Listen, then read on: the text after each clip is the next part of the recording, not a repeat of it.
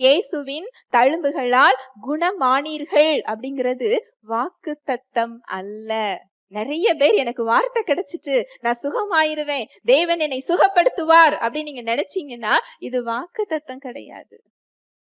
ஒரு வாக்கு தத்தத்துக்கு தான் அது நிறைவேற நீங்க காத்து கொண்டிருக்க வேண்டும்.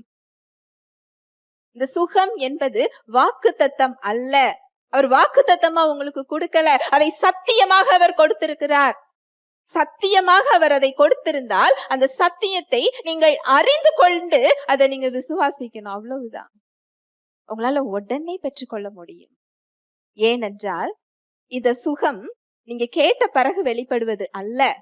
இயேசுவின் கரங்களில் காயங்கள் உண்டாகும் போதே ஏற்பட்டது. இந்த சுகம் எப்ப ஏற்பட்டதா? உங்க சரீரத்துல வியாதி வந்த பிறகு இல்ல. நீங்க அவர்கிட்ட சுகம் கேட்கும் பொழுது இல்லை. இயேசு கிறிஸ்துவின் கரங்கள்ல, அவருடைய கால்கள்ல, அவருடைய சரீரம் அங்கு பிக்கப்படும் பொழுதே அந்த சுகம் அங்க என்ன செய்யப்பட்டாச்சு? வெளிப்படுத்தப்பட்டாச்சு.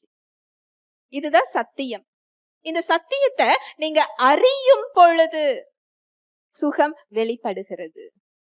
அந்த சத்தியம் உங்களுக்கு விடுதலையை கொடுக்கிறது. ஏன்னா விடுதலை எங்க இருக்குது? சத்தியத்துல இருக்குது.